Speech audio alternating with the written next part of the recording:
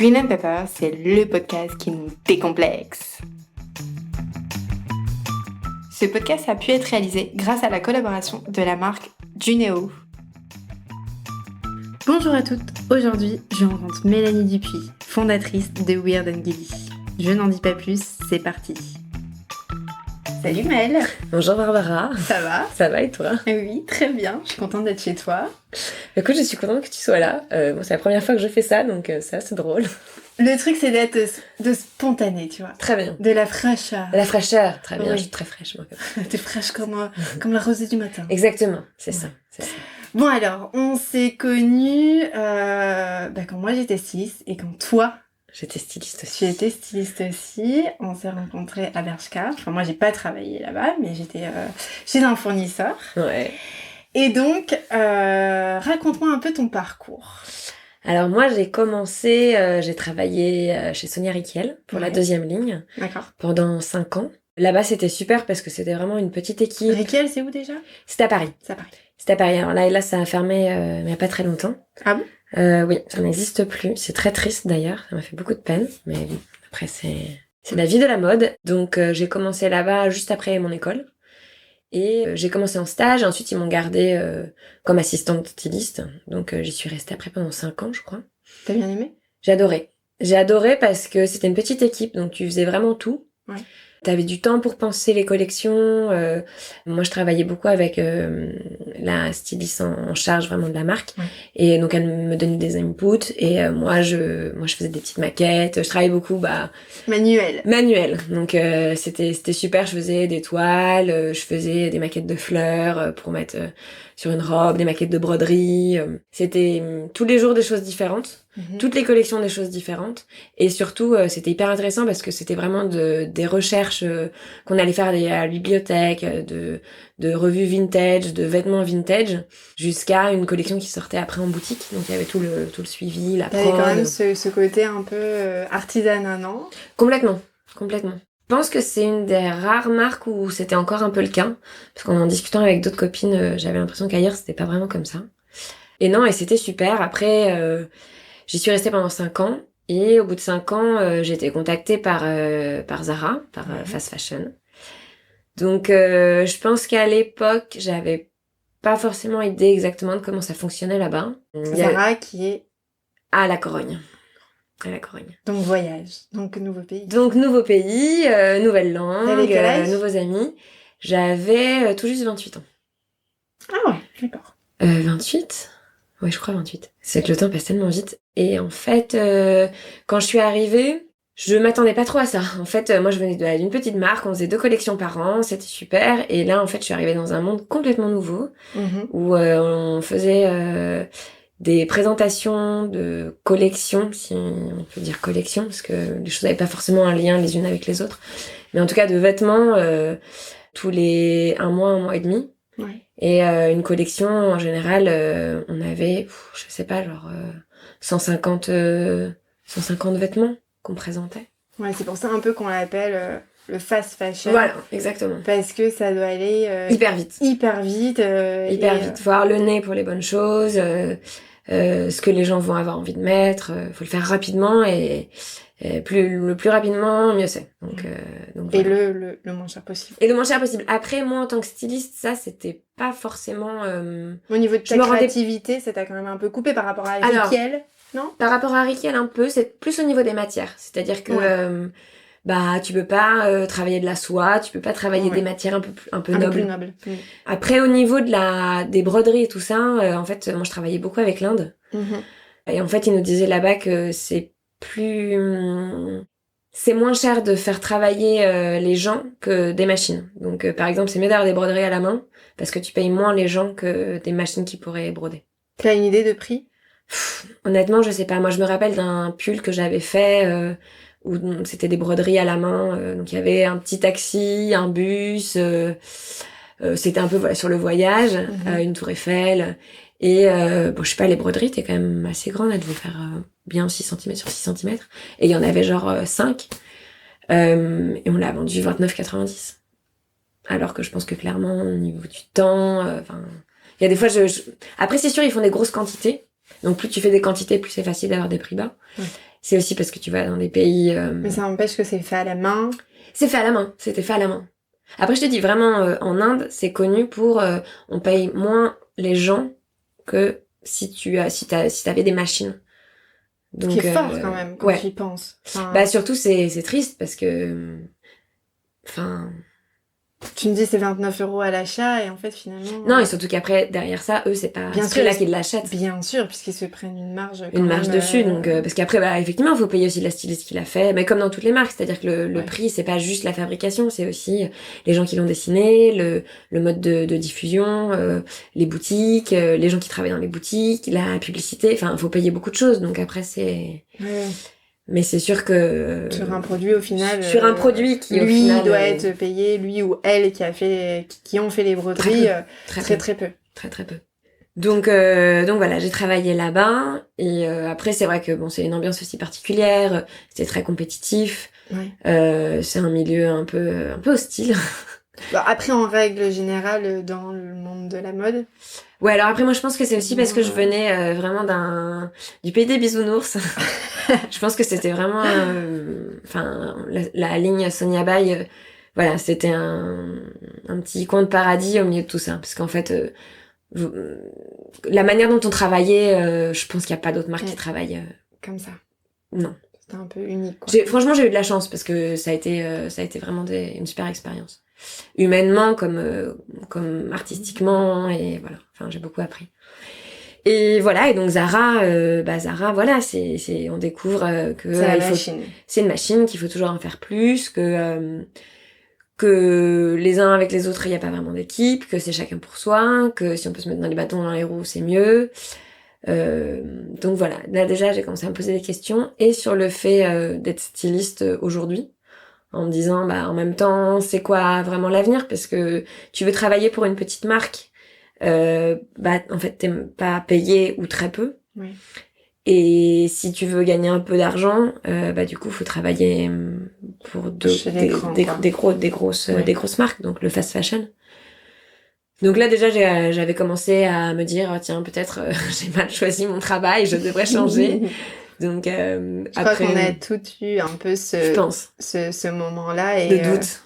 De gros doutes, et enfin j'ai plusieurs forcément copines stylistes aussi, et on est tous arrivés au même à la même conclusion, c'est-à-dire qu'on est partis, mais non, mais c'est toi c'est vrai que tu m'avais raconté aussi que c'était très dur aussi, mentalement, émotionnellement parlant, et tout ça.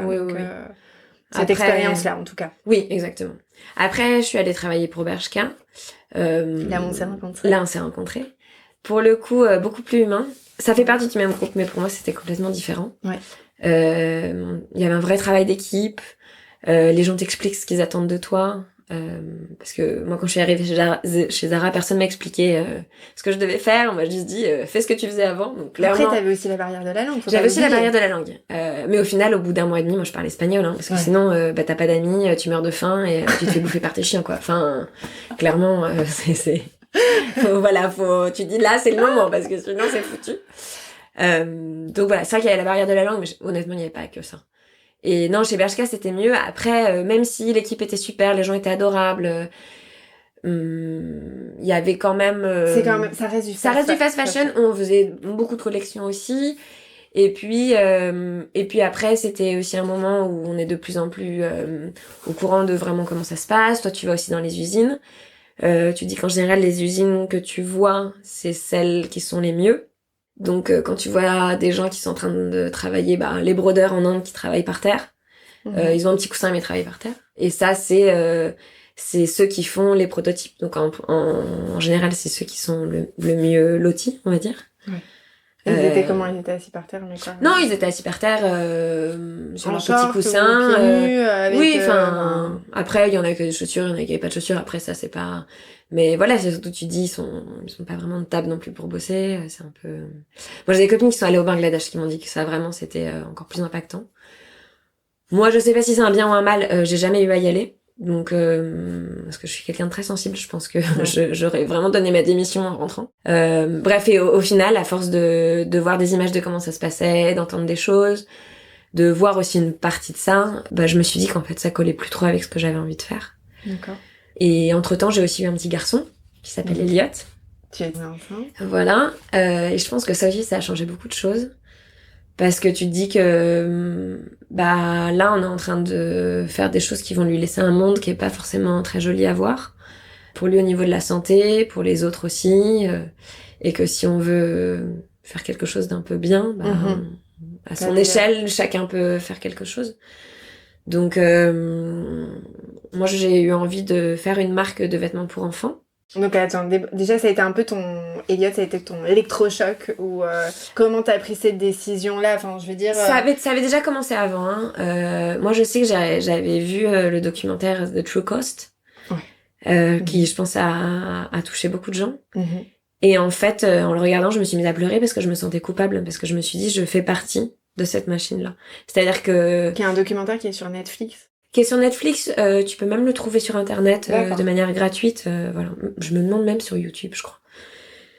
Et c'est hyper intéressant parce que voilà, en fait, ils expliquent tout ça, comment les gens travaillent. Alors c'est vrai que des fois on se dit c'est loin, on se rend pas vraiment compte, et puis on rentre dans la boutique, on voit une jolie chemise, on se dit ah bah tiens c'est pas cher, c'est bien, et on pense pas à tout ce qu'il y a derrière. Après t'as les personnes aussi qui nous disent oui mais c'est grâce à nous quand même. Alors oui, mais alors ça, moi je dirais on entre...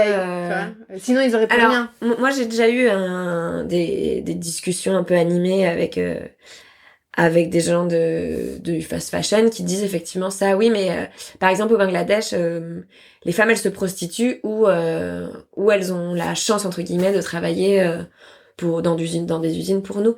Et tu dis oui, mais entre un cancer de la gorge ou un cancer du poumon, je sais pas, peut-être juste on pourrait essayer de faire en sorte qu'ils travaillent, parce que je pense que l'idée c'est pas de plus les faire travailler, parce qu'effectivement c'est des pays qui presque qui vivent uniquement de ça, du travail de la mode, mais en tout cas de le faire dans des bonnes conditions, avec des produits qui polluent pas leur environnement, et surtout avec un salaire qui est correct, qui fait qu'ils ont quand même accès à plus de choses, qu'ils sont pas, ils sont pas attachés à leur machine, mais honnêtement presque, parce qu'il y a des gens qui font des horaires pas possibles et qui ont le salaire minimum pour qu'en fait ils aient même pas les moyens d'offrir une bonne éducation à leurs enfants, et du coup leurs enfants après seront aussi nos esclaves, parce qu'au final c'est un cercle vicieux.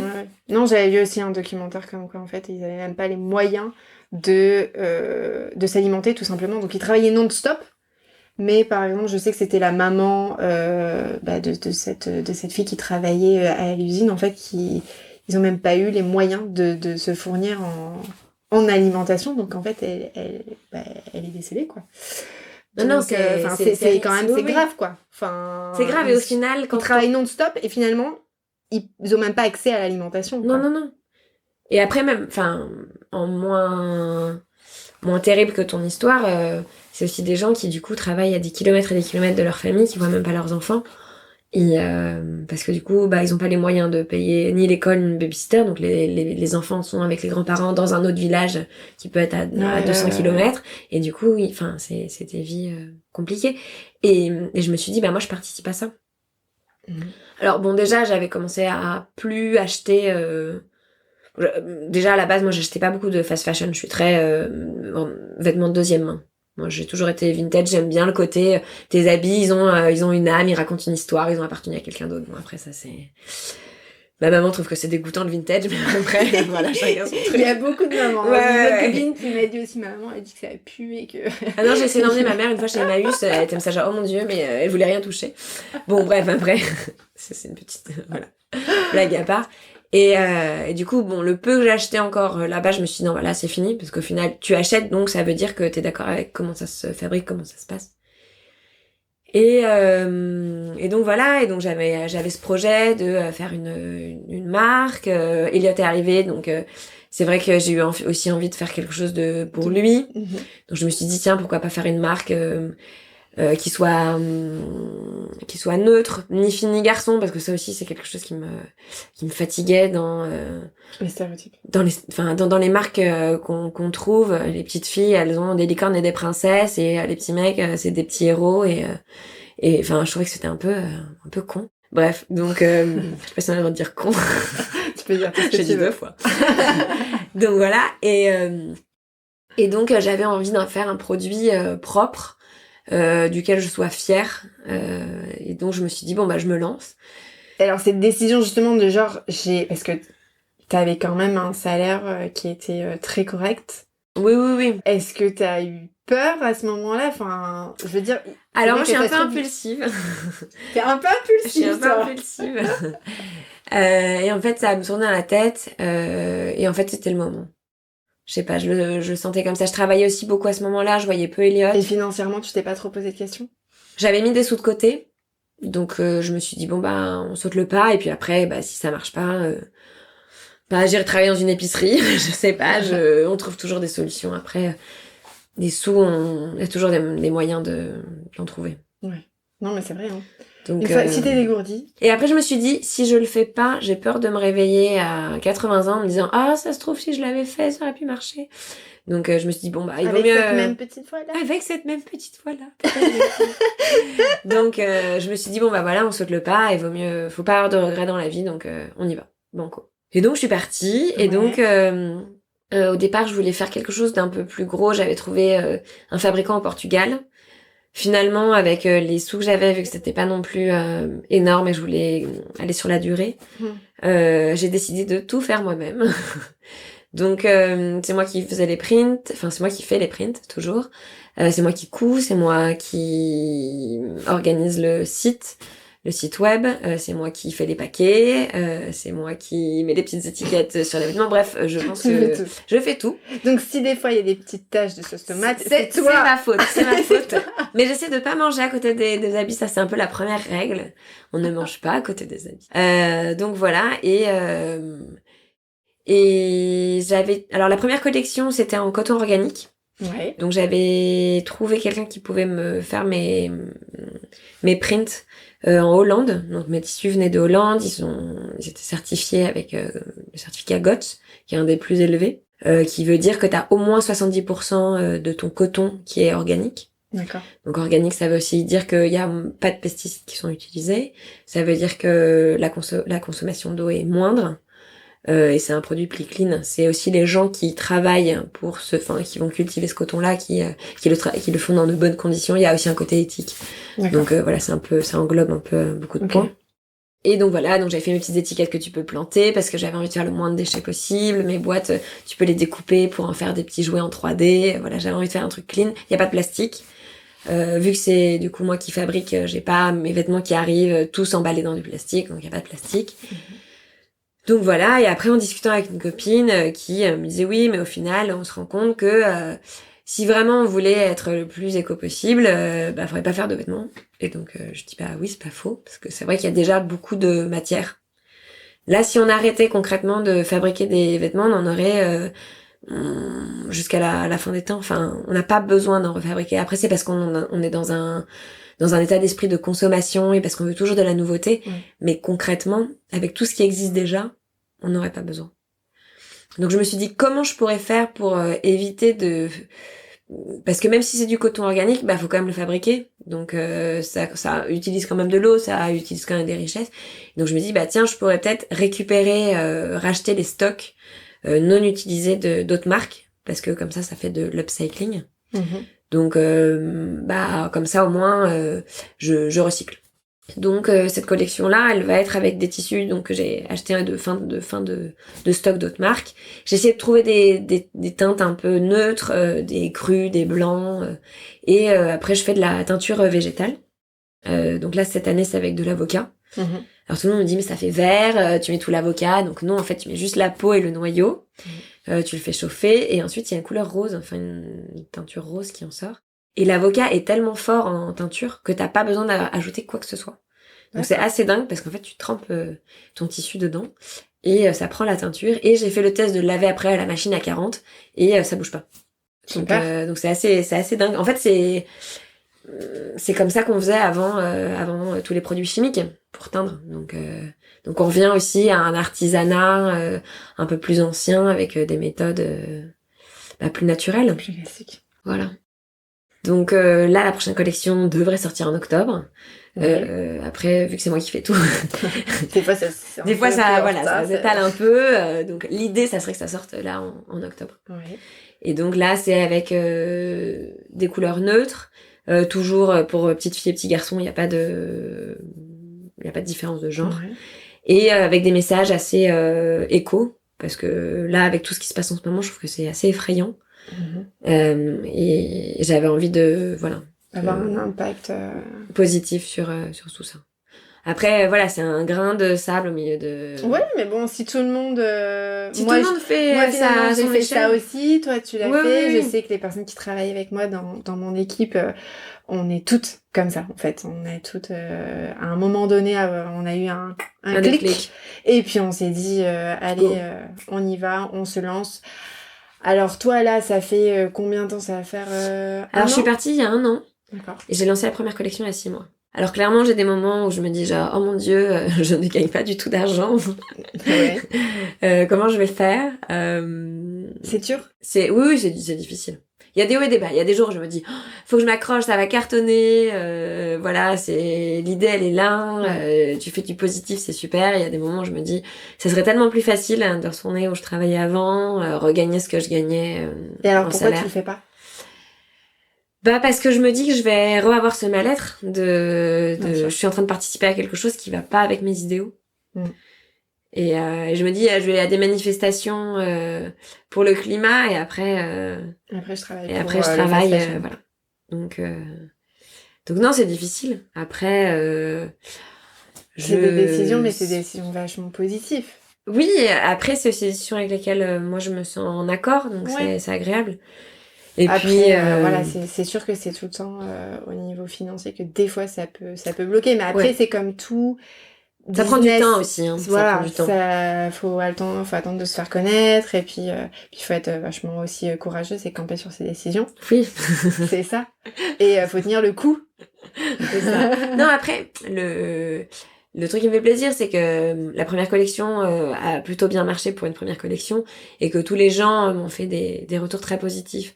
Et au niveau de la qualité des vêtements et au niveau de tous les petits détails que j'ai mis, que ça soit qui est ce côté très éthique, très très écolo, donc c'est agréable parce que c'est un peu une part de moi aussi, c'est mon projet, c'est oui, c'est sûr, c'est ton deuxième c'est un peu bébé. Mon deuxième bébé, ouais exactement. Donc non, après on verra, je croise les doigts pour l'avenir, et puis après il y a toujours des moyens de... Donc le futur, tu le vois hyper positif et... il faut, parce qu'honnêtement, il faut qu'on fasse quelque chose, parce que sinon ça... On va droit dans le mur. Ouais, je trouve que c'est vraiment effrayant. Et a priori, c'est pas les gens tout en haut qui vont faire les changements, donc ça doit venir par nous. Moi, je me dis, s'il y a un moment où on arrête de consommer certains produits, ça va plus se vendre. Bien donc sûr. Les gens vont peut-être remettre en question aussi leur méthode de fabrication, de production, et donc c'est chacun d'entre nous qui peut changer au final. Et est-ce que... alors attention, question de fou. Question de fou. T'as une copine comme ça, imagine-toi, t'as une copine ou une maman qui est justement... qui était pareil que toi ou que moi avant, c'est-à-dire un mal-être dans son travail. Est-ce que tu l'encouragerais justement à sauter le pas comme tu l'as fait? Alors oui, mais de manière réfléchie. Moi, avant de partir, j'avais quand même... Ça faisait des années que j'avais envie de monter ma marque. Ça faisait vraiment 1 an que je bossais sur le projet. Moi, je dirais, faut pas partir... Après, partir, oui, c'est bien. Faut quand même faire ça de manière réfléchie. Et pour savoir ce qu'on va faire, surtout. Parce que ça peut être un peu dangereux quand même. Toi, t'es plus genre en mode posé, alors que moi, par exemple, c'est vrai que j'avais une copine et je lui ai dit, mais qu'est-ce que tu fais là? Mais va-t'en. Dans tous les cas, moi, je pars du principe, c'est vrai que du travail, on arrive à en trouver. Après, c'est sûr qu'il faut donner un sens à ce qu'on fait, et c'est vrai que là, en ce moment, comme tu disais, c'est hyper important. Moi, je sais que j'ai monté mon projet Bien de Pépère parce que je voulais dire à mes enfants que... déjà, c'est bien aussi. Voilà, d'être fière de mon travail, et de dire moi aussi je mets mon petit grain de sable en fait, et pas commencer à travailler aussi pour le Oui, fast oui, oui. fashion. Donc après, je crois que toute expérience, même si tu quittes quelque chose et pour autre chose qui est complètement différent et bonne à prendre, et que tu arrives à grandir d'une autre manière et c'est tellement riche. Oui, oui, non, complètement. Parce que Puis moi, t'apprends plein de trucs. t'apprends tellement de choses. Enfin, moi, je sais que j'ai eu ces petits moments quand je suis partie de mon travail, genre, j'ai fait une connerie, mais si je dure trop longtemps, si je veux dire, si je me suis enlevée, je sais pas, 2 années de fast fashion, je vais plus être dans le in et donc je vais plus retrouver de travail et plus, tu vois, j'ai eu cette Oui, petite oui, oui. angoisse qui fait que tu dis, Tu doutes. tu doutes, tu fais, mais est-ce que, puis comme tu disais aussi, financièrement, c'est dur. C'était là, t'es bon, est-ce que finalement, quand tu vas sur ton compte en banque, t'as plus que 50 € à la fin du mois, ça. t'es là, comment on fait et finalement, moi, avec le recul, c'est vrai que moi, ça fait 2 ans que j'ai monté mon projet. Mhm. T'en ressors, c'est sûr, grandi. Et ce qui est super important, je pense que tu peux rebondir sur d'autres opportunités Oui. qui sont tout aussi belles, en fait. Oui, oui, Même si complètement. si le projet en question va mal, même si, on va dire, c'est un échec sans être un échec pour moi, parce que intérieurement, ça va ressortir que du positif et tu vas pouvoir retrouver quelque chose. Oui, et puis après, je pense que de toute façon, c'est hyper enrichissant. Ouais. Tu te découvres aussi toi-même parce que, bon, déjà, moi, je travaille toute seule, donc c'est encore autre chose. Mais c'est sûr que il y a des choses, parfois, tu dis, oh, je serais jamais capable, et en fait, t'es obligé de le faire, donc tu le fais. Voilà. Et puis après, voilà, tu trouves toujours d'autres petits moyens, des petits boulots à côté, pour essayer d'arrondir tout ça. Après, moi, pour revenir à ce que tu disais tout à l'heure de si t'avais une copine qui travaille dans le fast fashion et partir, moi, je dirais surtout de penser le projet parce que c'est un peu comme les régimes. Tu peux perdre beaucoup d'un coup et après, du coup, tu vas tout regagner. Donc, pour moi, c'est un peu pareil si c'est pour y revenir 3 mois après parce qu'au final, t'avais pas bien pensé ton départ et au final, 3 mois après, tu dis, mince, qu'est-ce que j'ai fait? Du coup, je sais pas, donc j'y retourne. Après, il y a ce côté aussi, je crois, d'avoir la peur de se lancer. Ouais. Et la peur de... moi, je sais, j'ai une autre copine, puis on est tellement... T'as beaucoup de copines. Hein. Ouais, on a plein de copines, on est connues. Hyper populaire. Hyper populaire. Qui, justement, ça fait des années et des années qu'elle est pas bien, elle a ce mal-être, et en fait, elle arrive pas à réfléchir correctement à ce projet. Ouais. Tu vois. Donc, je pense que c'est vrai qu'il y a une partie, quand on sait ce qu'on aimerait bien faire, c'est top. Mais après, il y a une partie où ton travail est tellement t'assombrit, tellement Oui, non, c'est vrai. que des fois, t'arrives plus à avoir réfléchir. cette petite, on va dire, lumière et de réfléchir et de te poser qu'est-ce que j'aimerais bien faire dans la vie Oui, ou tout ça. Et des fois, ça peut effectivement, je pense, moi, c'est ce que je lui conseille, d'arrêter et de vraiment se recentrer sur sur qu'elle a envie de elle-même, faire, sur ce qu'elle a envie de faire, ce qu'elle et aime. que, voilà, même si elle a un petit travail à côté d'appoint, Oui, mais de penser à ça. Tu nous as pas dit ta marque? Alors ça s'appelle Weird and Gilly. Weird and Gilly. Weird and Gilly. Alors, ça vient en fait, moi je suis très fan de David Bowie et je cherchais un nom et en fait j'étais en train d'écouter Ziggy Stardust et en fait c'est les petits copains de Ziggy Stardust dans la chanson et du coup je me dis que c'était un petit clin d'œil voilà à un artiste que je trouve incroyable qui a toujours su se renouveler avec une voix qui moi m'enchante et aussi voilà parce que ça avait un côté un peu arty. Donc voilà. Donc tu as une page internet. Donc j'ai une page internet, Ouais. j'ai une page Facebook, une page Instagram. Ouais. On peut acheter les vêtements. On peut acheter les vêtements sur le site en ligne. D'accord. Je mettrai le lien dans la description. Super, merci. Ah de rien, tout plaisir est pour moi. Surtout n'hésite pas, quand t'as besoin, tu m'appelles. Barbara est toujours là. C'est ça les bonnes copines. Ah, attention. Donc voilà, et là peut-être j'aimerais bien pour la prochaine collection voir si je peux pas essayer de trouver des points de vente. Ouais. Pour essayer de faire connaître un peu plus la marque. Parce que c'est sûr que c'est pas facile. On se dit, oh là là, une boutique en ligne, je vais mettre 3 photos sur Instagram, ça va être genre le succès garanti. En fait, c'est un peu plus compliqué que ça. Donc voilà. Mais petit à petit, j'apprends. Je regarde des cours sur YouTube. Je fais beaucoup de choses pour essayer de me mettre à la page. Moi qui suis un peu nulle en plus à la base en internet, je dirais. Ouais. Donc voilà. Et t'es basée à Barcelone, mais si quelqu'un veut acheter tes produits en France ou ailleurs, il y a aucun souci. Ouais, il y a aucun problème. On envoie partout dans le monde. Partout dans le monde. Partout dans le monde. Même en Australie. Même en Australie. Putain, c'est trop fort. Ouais, truc de dingue. On est international. International. Ouais, grave. Ok, bah écoute, merci beaucoup d'avoir pris un petit peu de ton temps pour cet épisode et j'espère beaucoup que tu vas avoir un énorme succès. Merci beaucoup Barbara, c'était hyper cool de faire ça avec toi. Ok, moi aussi. Hein, bon bah merci et à très vite. À bientôt. Vous pouvez dès maintenant vous abonner au podcast Green and Pepper sur iTunes et y laisser votre avis afin de nous soutenir. On a vraiment besoin de vous. Suivez notre actualité sur Instagram et n'hésitez pas à le partager avec vos amis et d'autres